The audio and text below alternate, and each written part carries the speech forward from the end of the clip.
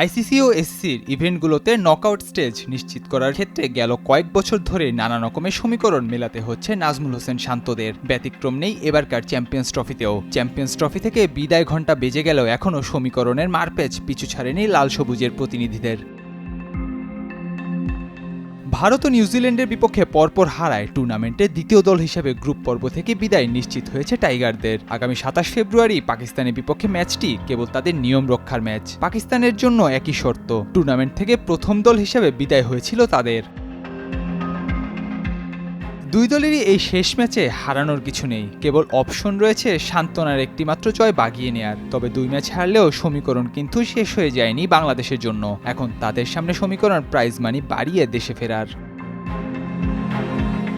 Mini বিশ্বকাপে অংশ নেয়ার কারণে ইতিমধ্যেই বাংলাদেশের নিশ্চিত হয়েছে ১,৫৭,৪৭,৫০০ টাকার প্রাইজ মানি নিয়ে দেশে ফেরা। সেই সঙ্গে যোগ হবে টুর্নামেন্টের সপ্তম বা অষ্টম দল হিসেবে জায়গা করে নেয়ার কারণে আরও ১,৬৯,৬৫,২০০ টাকা। কোনো ম্যাচে জয় না পেলেই এই ৩,২১,১২,৭০০ টাকা নিশ্চিতভাবে নিয়ে দেশে ফিরছে বাংলাদেশ। এখন শেষ ম্যাচে যদি পাকিস্তানকে বাংলাদেশ হারিয়ে বসে তাহলে কপাল খুলে যাবে লাল সবুজের প্রতিনিধিদের। কেননা তখন সেই ৩,২১,১২,৭০০ টাকার সঙ্গে যোগ হবে আরও ৪১,২০,১২০ টাকা। আর তখন দেশে ফেরার সময় শান্ত মিরাজরা নিয়ে ফিরবেন ৩,৬২,৩২,৮২০ টাকা। আর শেষ ম্যাচে এই ৪১ লাখ টাকার সমীকরণটাই মিলাতে হবে টাইগারদের।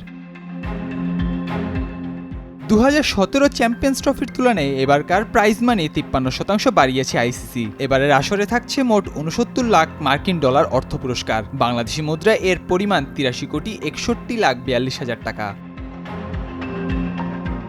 মিনি বিশ্বকাপের শিরোপাজয়ী দল প্রাইজ মানি হিসেবে পাবে ২২,৪০,০০০ ডলার। বাংলাদেশি মুদ্রামান অনুযায়ী এর পরিমাণ ২৭,১৪,৪৩,২০০ টাকা। রানার্স আপ দল পাবে ১১,২০,০০০ ডলার বা ১৩,৫৭,২১,৬০০ টাকা। বড় অঙ্কের প্রাইজ মানি থাকছে সেমিফাইনাল নিশ্চিত করা দলের জন্য। সেমিফাইনাল থেকে বাদ পড়া দুই দলকে দেয়া হবে ৫,৬০,০০০ ডলার করে, অর্থাৎ ৬,৬৮,৬০,৮০০ টাকা। পঞ্চম ও ষষ্ঠ হওয়া দল পাবে ৩,৫০,০০০ ডলার করে। সপ্তম ও অষ্টম দলের প্রাইজ মানি ১,৪০,০০০ টাকা। বাংলাদেশি মুদ্রামান অনুযায়ী ১,৬৯,৬৫,২০০ টাকা। এছাড়া অংশ নিয়ে ৮ দলের প্রত্যেককে দেয়া হবে ১,২৫,০০০ ডলার করে। এখন দেখার বিষয়, শান্তরা কি পারবে সেই সমীকরণ মেলাতে, নাকি কেবল সান্ত্বনার পুরস্কার নিয়ে তাদের ফিরতে হবে দেশে? উত্তরটা জানা যাবে ২৭ ফেব্রুয়ারি পাকিস্তানের বিপক্ষে ম্যাচে। নাহিয়ান আরেফিন, নয়াদিগন্ত।